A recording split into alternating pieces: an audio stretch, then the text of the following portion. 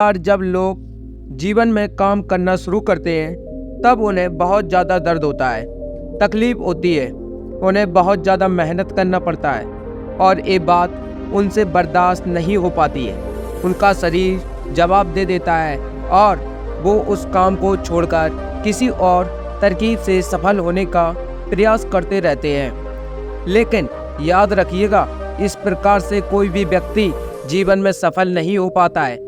याद रखिएगा कि सफल का मार्ग मेहनत, दर्द और तकलीफ से होकर गुजरेगा और यह आपको सहना ही पड़ेगा। तो इसके लिए आप हमेशा तैयार रहिए। तो चलिए इस बात को एक कहानी के माध्यम से समझते हैं। एक बार एक मूर्तिकार अपनी छेनी और हथौड़ी से एक पत्थर को भगवान की मूर्ति का आकार देने का प्रयास कर रहा था। जैसे ही वह छेनी पर अपना हथौड़ा चलाता है, वह पत्थर चिल्लाने लगता है और कहने लगता है कि हे, क्या कर रहे हो? मुझे इतना मार क्यों रहे हो? मुझे बहुत दुख हो रहा है, तकलीफ हो रही है, पीड़ा हो रही है। मुझे अपने हाल पर छोड़ दो और यहाँ से चले जाओ। मूर्तिकार ने उस पत्थर से कहा, मुझे बहुत अच्छे से पता है कि तुम्हें बहुत ज़्यादा दर्द हो रहा है, तकलीफ हो रही है और तुम बहुत ही ज़्यादा पीड़ा में हो।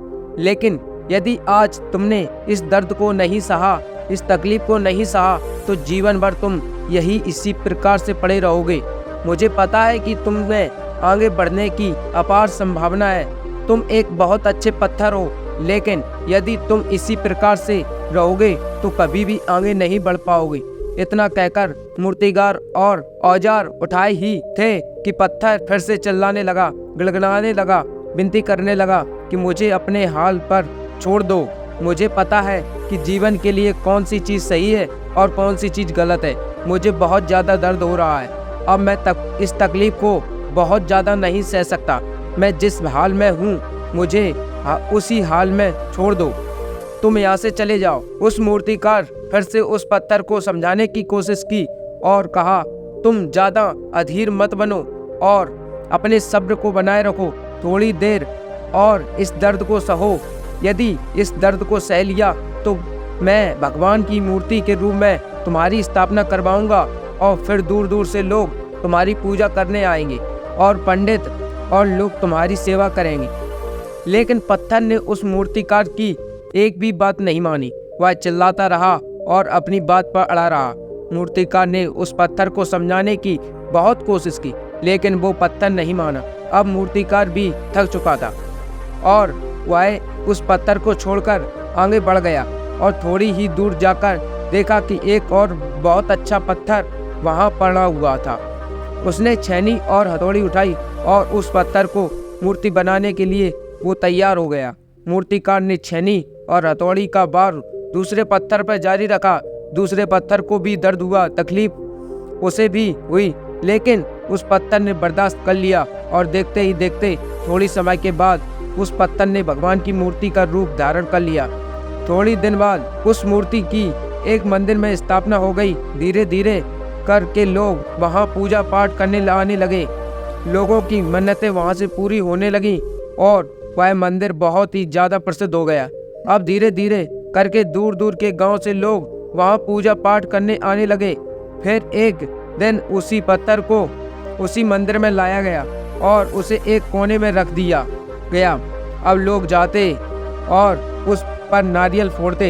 ये कोई और पत्थर नहीं बल्कि वही पत्थर था जिसने दर्द को नहीं सहा था। अब वो पत्थर मन ही मन बहुत ज़्यादा पछता रहा था, दुखी हो रहा था और अपने आप से कह रहा था कि काश मैंने उस दिन उस दर्द को, उस तकलीफ को सह लिया होता तो आज लोग मेरी भी पूजा करते। इसलिए आप भी अपने जीवन में हमेशा याद रखिएगा कि जब भी आप अपने कैरियर की शुरुआत में किसी काम को कर रहे हो, पढ़ाई कर रहे हो या किसी भी काम को कर रहे हो और उसमें आपको दर्द हो रहा है, तकलीफ हो रही है, ज़्यादा मेहनत करना पड़ रहा है, तो आप रुकिएगा मत, किसी और रास्ते की शुरुआत मत करिएगा, क्योंकि कोई और रास्ता आपको सफलता नहीं दे सकता। आपको उस दर्द को, उस तकलीफ को सहना ही होगा और उस दर्द को, उस तकलीफ को सहकर आप ज़्यादा मजबूत बनोगे और तभी आप अपने जीवन में आगे बढ़ पाएंगे।